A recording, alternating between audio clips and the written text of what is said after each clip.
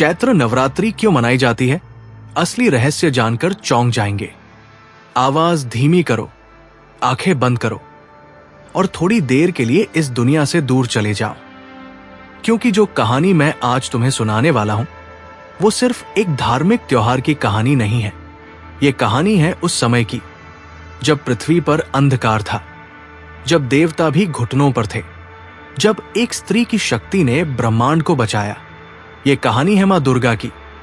ये कहानी है नवरात्रि की उस आत्मा की जो सदियों से हर इंसान के दिल में जलती एक ऐसी लौ की तरह है जो न तूफान से बुझती है न अंधेरे से। तो सुनो, बहुत ध्यान से सुनो। नमस्कार प्यारे दर्शकों, दोस्तों, आज हम एक नई कहानी और एक नया वीडियो लेकर आपकी सेवा में उपस्थित हुए हैं। आज की कथा अत्यंत ज्ञानवर्धक और प्रेरणादायक है। कथा शुरू करने से पहले आपसे एक विनम्र निवेदन है।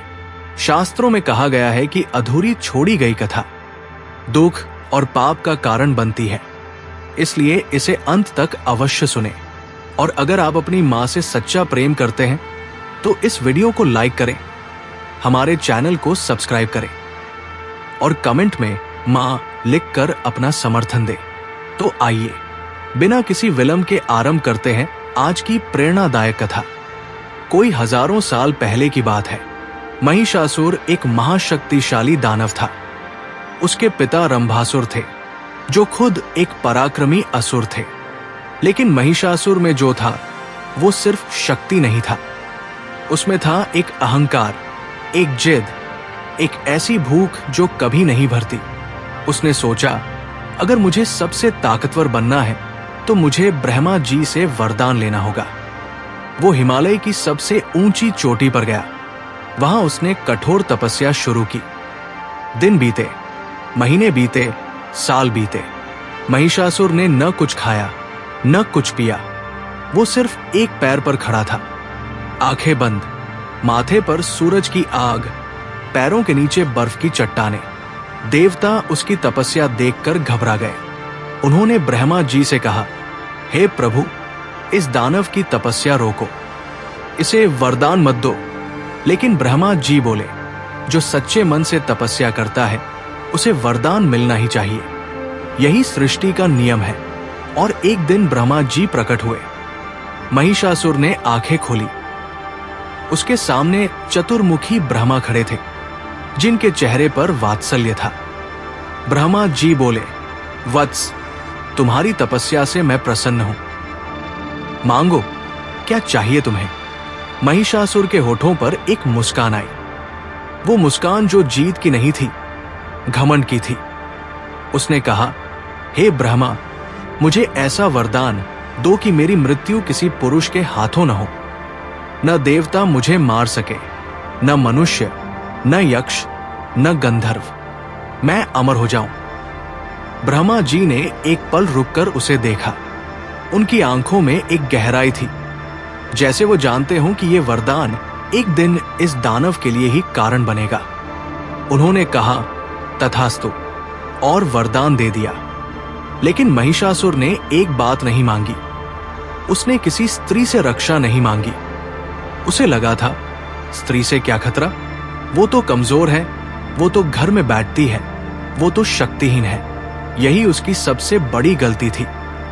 यही उसका अहंकार था और यही अहंकार उसके विनाश का बीज बन गया। वरदान मिलते ही महिषासुर जैसे एक अलग ही इंसान बन गया। उसके अंदर एक आग जल उठी, एक अजीब नशा, एक ऐसा भ्रम कि अब वो सब कुछ कर सकता है। उसने अपनी सेना तैयार की। लाखों असुर योद्धा, महाकाय, भयानक, क्रूर। उसने हर दिशा में अपनी सेना भेजी। पहले उसने पृथ्वीलोक पर कब्जा किया, फिर पाताललोक, फिर उसकी नजर स्वर्ग पर पड़ी। इंद्रदेव स्वर्ग के राजा थे। उनके पास अमरावती थी, देवताओं का वो नगर जहां हमेशा वसंत रहता था, जहां हमेशा फूल खिलते थे, जहां हमेशा संगीत गूंजता था। महिषासुर ने स्वर्ग के द्वार पर दस्तक दी। इंद्र ने अपनी सेना को रोकने के लिए भेजा। देवताओं ने पूरी ताकत लगाई। इंद्र ने खुद अपना वज्र उठाया, लेकिन महिषासुर अजेय था। वरदान की ताकत से उसने देवताओं को धूल चटा दी। इंद्र का वज्र टूट गया, वरुण देव का पाश कट गया, अग्नि देव बुझ गए, यम देव पीछे हट गए, और फिर वो पल आया जो देवताओं के लिए सबसे दर्दनाक था। महिषासुर अमरावती के सिंहासन पर बैठ गया। इंद्रदेव को अपना सिंहासन छोड़ना पड़ा। देवता स्वर्ग से निकाले गए। वो जो कभी अमरावती में रहते थे, वो पृथ्वी पर मनुष्यों की तरह भटकने लगे। ये अपमान था। ये सिर्फ शक्ति की हार नहीं थी, ये धर्म की हार थी, ये न्याय की हार थी। और जब धर्म हारता है, जब न्याय रोता है, तो एक ही आवाज उठती है, मां की आवाज। देवता भटक रहे थे। इंद्र, वरुण, यम, ब्रह्मा, विष्णु, महेश सब एक साथ थे, लेकिन सब असहाय थे। इंद्र के चेहरे पर आंसू थे। वो आंसू राजाओं के नहीं थे, वो एक ऐसे बेटे के आंसू थे जो घर से निकाल दिया गया हो। सभी देवता हिमालय की ओर चले, त्रिदेवों के पास पहुंचे। ब्रह्मा, विष्णु और महेश एक साथ बैठे थे। इंद्र ने कहा, हे प्रभु, महिषासुर ने सब कुछ छीन लिया। स्वर्ग हमारा नहीं रहा, पृथ्वी पर अत्याचार बढ़ रहा है, यज्ञ बंद हो गए, देवताओं का भोग नहीं मिल रहा, धर्म का नाश हो रहा है, हम क्या करें? ब्रह्मा जी बोले, महिषासुर को किसी पुरुष के हाथों मृत्यु नहीं मिल सकती। ये उसका वरदान है, लेकिन उसने एक भूल की। उसने किसी स्त्री से अपनी रक्षा नहीं मांगी। विष्णु जी मुस्कुराए, एक ऐसी मुस्कान जिसमें रहस्य था, एक ऐसी मुस्कान जिसमें उत्तर था। वो बोले, तो फिर एक स्त्री ही महिषासुर का अंत करेगी, लेकिन वो कोई साधारण स्त्री नहीं होगी। वो होगी महाशक्ति, वो होगी आदिशक्ति, वो होगी जगदम्बा। और फिर जो हुआ वो ब्रह्मांड की सबसे अविश्वसनीय घटना थी। सभी देवताओं के शरीर से एक तेज निकला, एक दिव्य प्रकाश।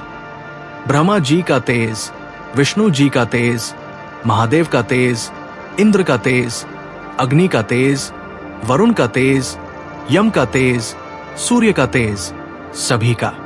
वो सारे तेज एक जगह मिले, एक महापुंज बना, एक ऐसा प्रकाश जो आंखों को चौंधिया दे, जो अंधकार को चीर दे। और उस प्रकाश में से एक नारी का रूप प्रकट हुआ, मां दुर्गा, 18 भुजाओं वाली, 3 नेत्रों वाली, सिंह पर सवार।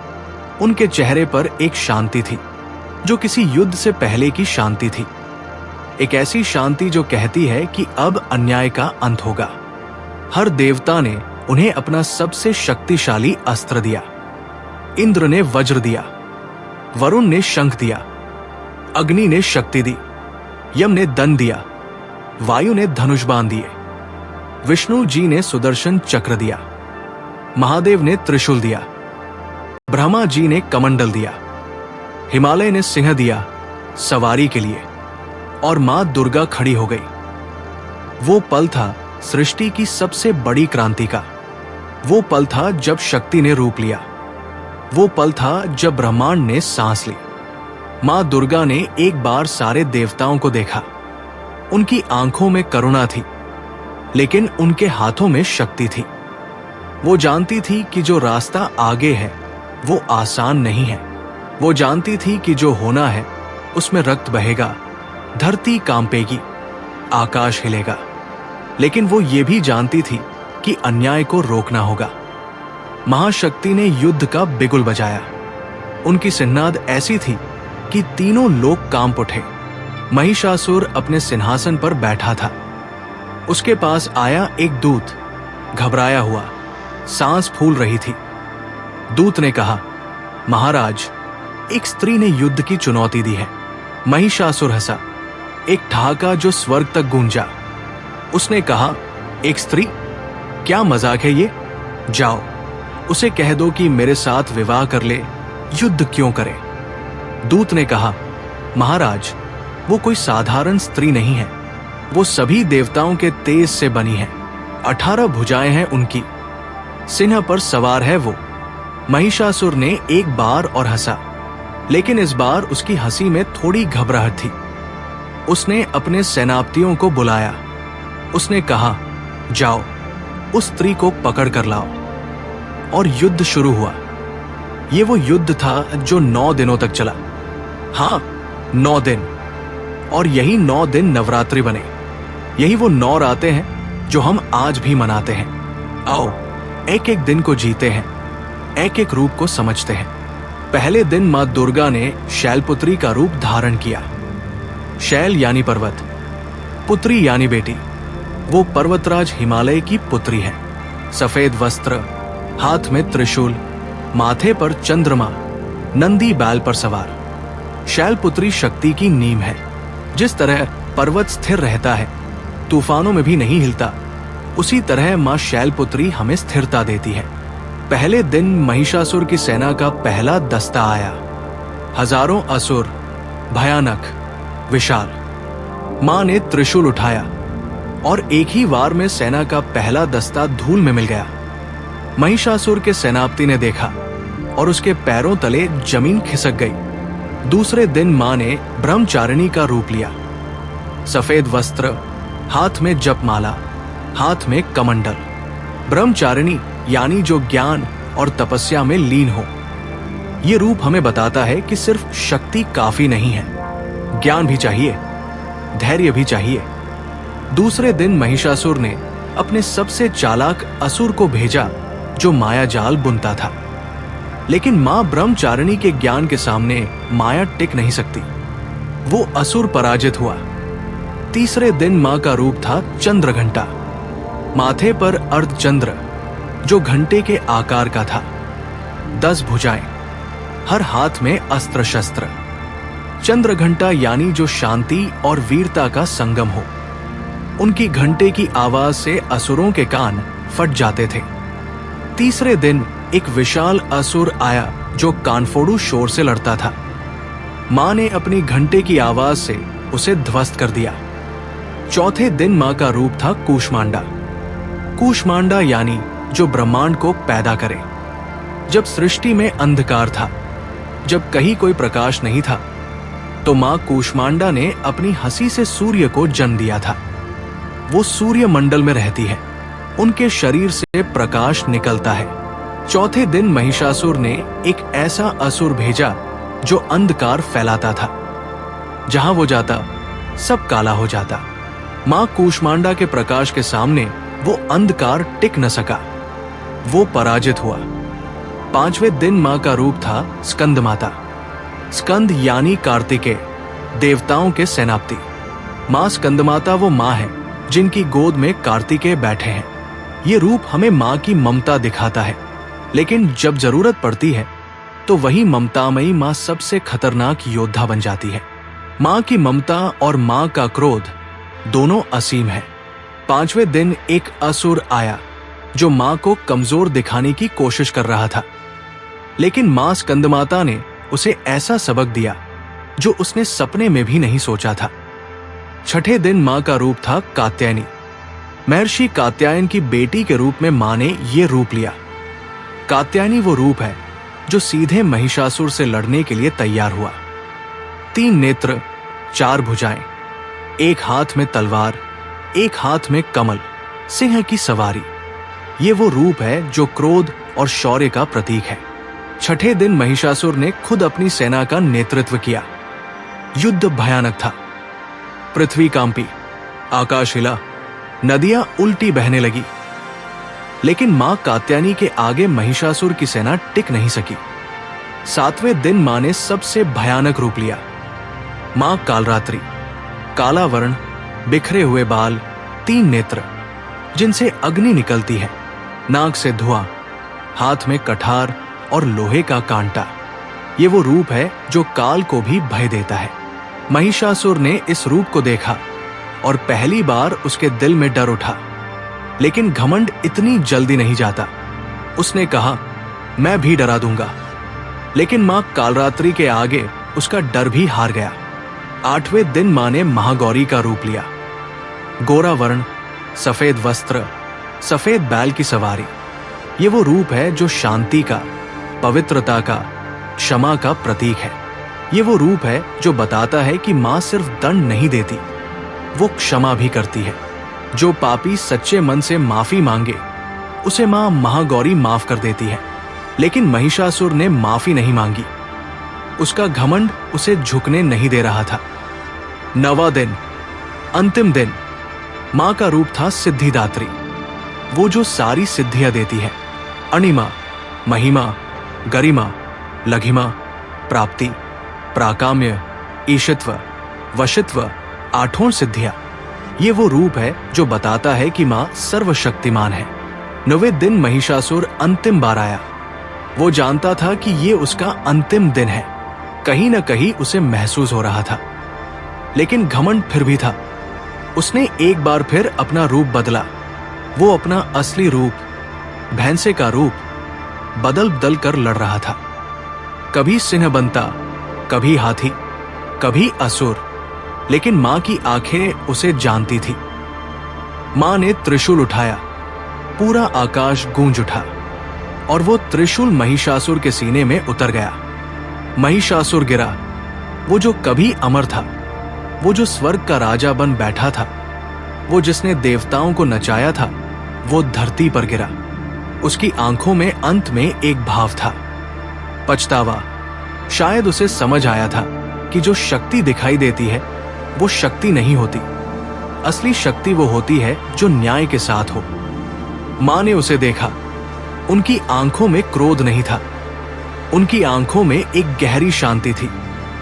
महिषासुर का अंत हो गया, अन्याय का अंत हो गया। जब महिषासुर गिरा तो तीनों लोकों में एक ऐसी खामोशी छा गई जो जीत की खामोशी होती है। फिर एक आवाज उठी, देवताओं की आवाज, जय मां दुर्गा। स्वर्ग के द्वार फिर खुले। इंद्रदेव वापस अमरावती गए। देवता अपने अपने स्थान पर लौटे। यज्ञ फिर शुरू हुए। धरती पर धर्म वापस आया। फूल बरसे, दीप जले, संगीत गूंजा। और यही जश्न, यही खुशी, यही विजय आज भी हम मनाते हैं। नवरात्रि, 9 रातों का ये त्योहार उन्हीं 9 दिनों की याद है जब मां दुर्गा ने महिषासुर से लड़कर ब्रह्मांड को बचाया था। लेकिन यहीं पर एक सवाल उठता है, नवरात्रि तो साल में 2 बार आती है, तो चैत्र नवरात्रि खास क्यों है? ये सवाल बहुत गहरा है और इसका जवाब इससे भी गहरा है। चैत्र यानी हिंदू कैलेंडर का पहला महीना। जब चैत्र शुक्ल प्रतिपदा आती है तो हिंदू नव वर्ष शुरू होता है। सोचो एक पल के लिए, जब साल की शुरुआत होती है तो हम क्या करते हैं? हम मां को याद करते हैं, हम मां से आशीर्वाद मांगते हैं, क्योंकि हर शुरुआत में मां होनी चाहिए। हर नई यात्रा में मां का हाथ होना चाहिए। ये एक गहरा सत्य है जो हमारे पूर्वजों ने समझा था। लेकिन चैत्र नवरात्रि का एक और रहस्य है, एक ऐसा रहस्य जो बहुत कम लोग जानते हैं। वो रहस्य है भगवान राम का। हाँ, भगवान राम। रामायण में लिखा है कि जब रावण ने माता सीता का अपहरण किया तो भगवान राम ने रावण से युद्ध करने से पहले एक काम किया। उन्होंने मां दुर्गा की पूजा की। चैत्र नवरात्रि में 9 दिन तक ऋषि अगस्त्य ने भगवान राम को आदित्य हृदयम का पाठ करने से पहले यह बताया था कि पहले मां दुर्गा का आशीर्वाद लो, तब जाकर रावण पर विजय मिलेगी। भगवान राम ने चैत्र नवरात्रि के 9 दिन मां दुर्गा की पूजा की, इसीलिए रामनवमी नवरात्रि के बाद आती है। ये एक आध्यात्मिक सत्य है। मां की पूजा के बाद ही विजय मिलती है।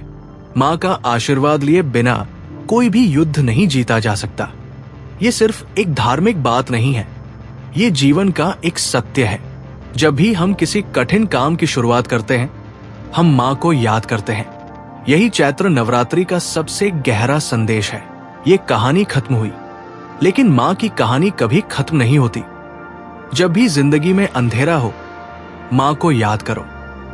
जब भी जिंदगी में महिषासुर आए, मां की शरण में जाओ। जब भी जिंदगी में वसंत आए, मां का शुक्रिया करो, क्योंकि मां सदा थी, मां सदा है, मां सदा रहेंगी। नवरात्रि मुबारक हो। जय मां दुर्गा।